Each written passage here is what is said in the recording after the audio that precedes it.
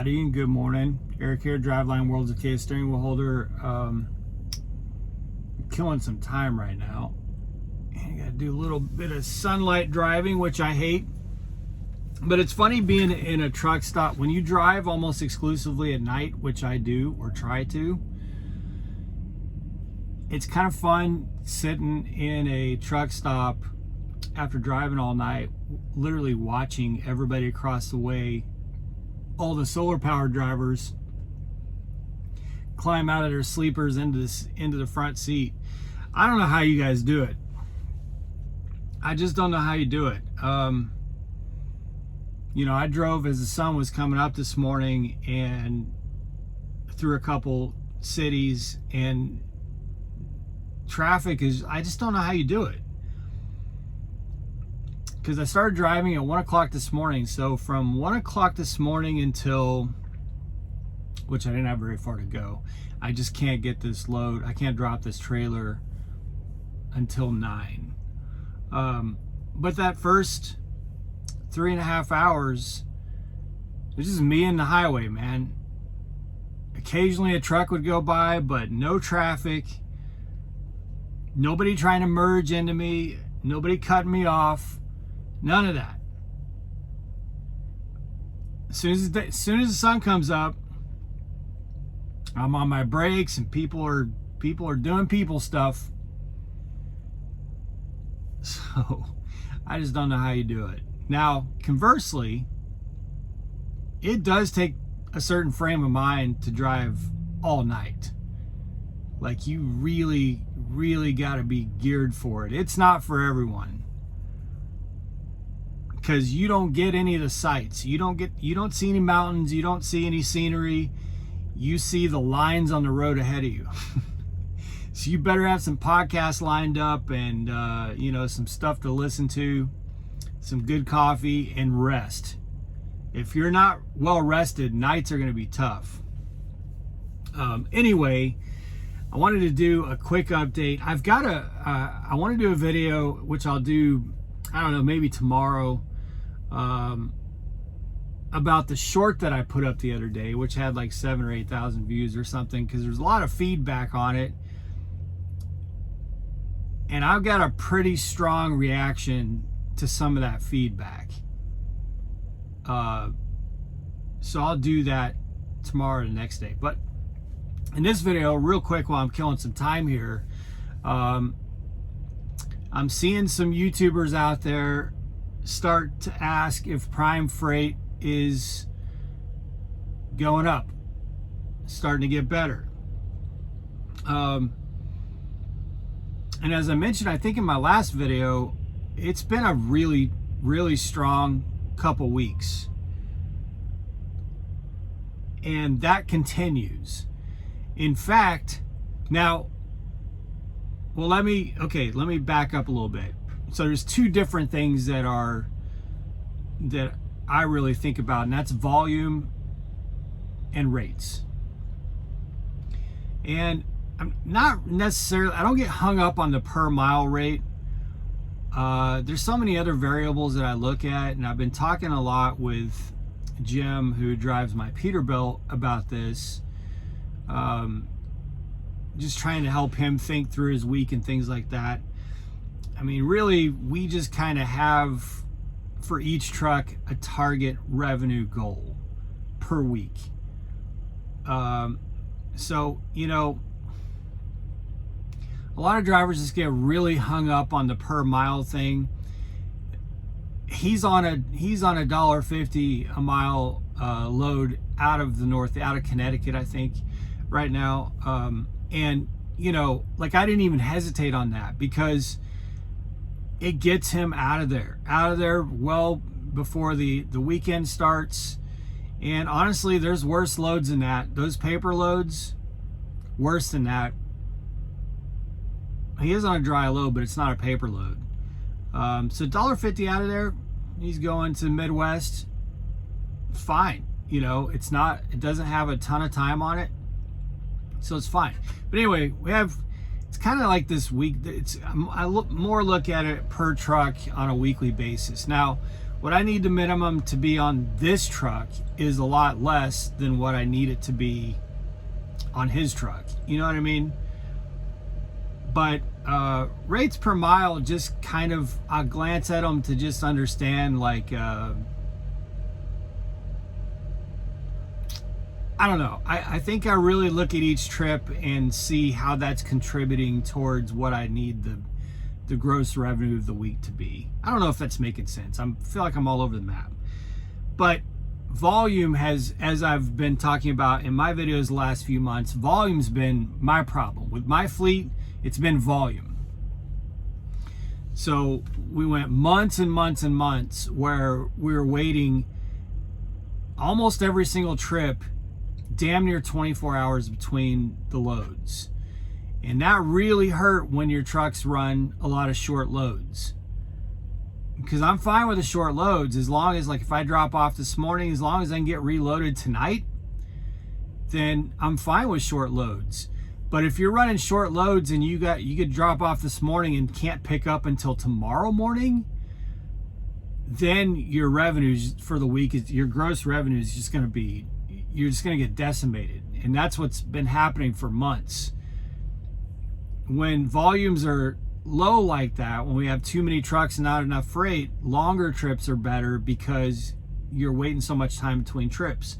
Even though longer trips don't pay as well, they're not as, the margins aren't as great.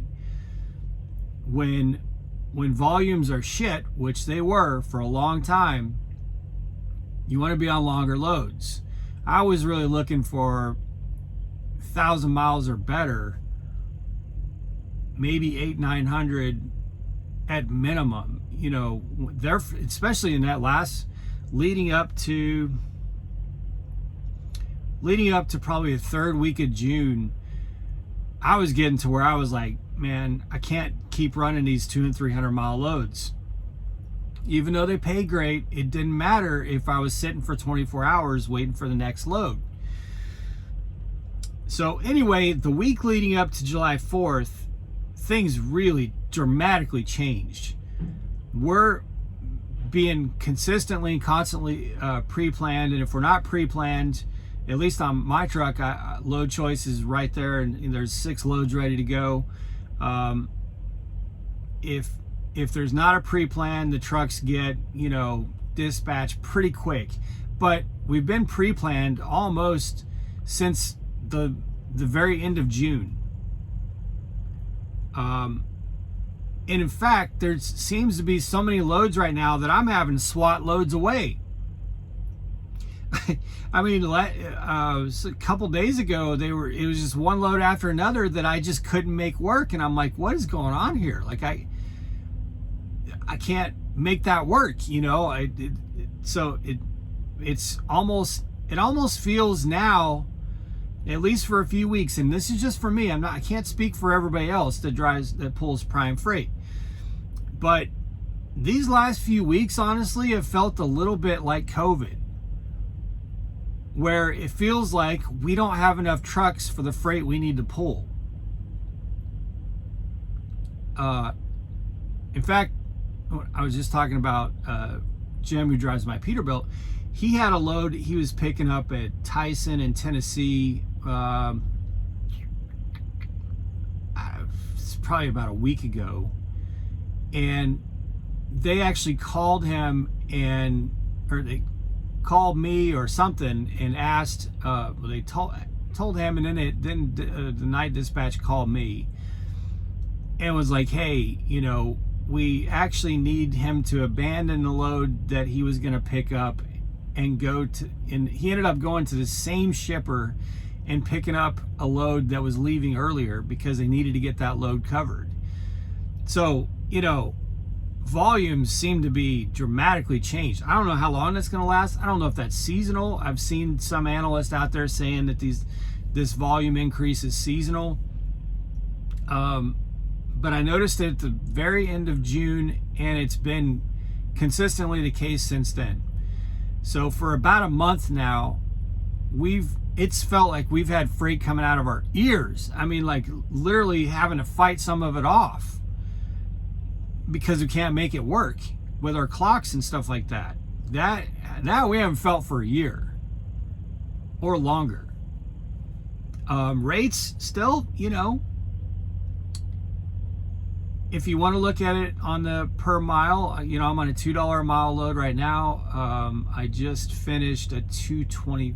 Let's see. No, I did $1.95 per mile up to Wisconsin, and I picked up a $2 a mile out of there. And then before that, I ran I want to say it was 225. Now I was out of South Carolina to Michigan. No, out of Virginia to Michigan. So I actually got like 225 out of Virginia to Michigan, which was pretty rare. Then $1.95 from Indiana up to Wisconsin, and now $2 a mile out of Wisconsin. So, you know, rates they're okay. Would we like them to be a lot better? Of course, and that would always be the case. Honestly, it doesn't matter what they pay. You'd always want the rates to be better, but the loads are profitable. In fact, I paid $2.37 a gallon for fuel in Circle K south of Springfield, Illinois, or 235, 234, something like that. Now that isn't anywhere near the 89 cents a gallon that we were paying back in 2019, 2020. For those of you who remember, you've been driving that long, you remember Marshall, Illinois Road Ranger, 89 cents a gallon. It might even have been 87, I think. But it was at least down to 89 cents a gallon. I mean, when it was that cheap, now granted, for those of you who don't drive for Prime, that's with our fuel discount. But when it was that cheap, like, you didn't care about the reefer. Like, you just didn't think about fuel. Not caring is a little bit of a stretch, but you know what I mean? Like, you just didn't stress about it the way you do now. The way I stress about things now, like, I'm even ordering load locks off Amazon. Man, I'm thinking about, like, I'm getting ready to bulk order anti-gel for next winter. Like, I'm thinking about things right now that I've never had to think about before because of the environment that we're in with inflation and just the destruction that's happened to our buying power. But I'm bloviating. Getting back to, you know, these loads are still profitable. And for the past month, consistently, I would love to know if it's the same for all of you. Volumes have been unbelievably great. Like I said, literally having to fight off loads a few days ago. Or just one after another. I'm like, man, I love this. I wish I could do it. I can't make it work with my clock. I haven't felt that in a while, man. And it was like 3 in a row. I think I rejected 3 loads in a row that would have required hope and a prayer and a split. And it was just too close for me to go with it. So if you're seeing some of these videos out there saying Prime freight is picking up, is definitely a case for me.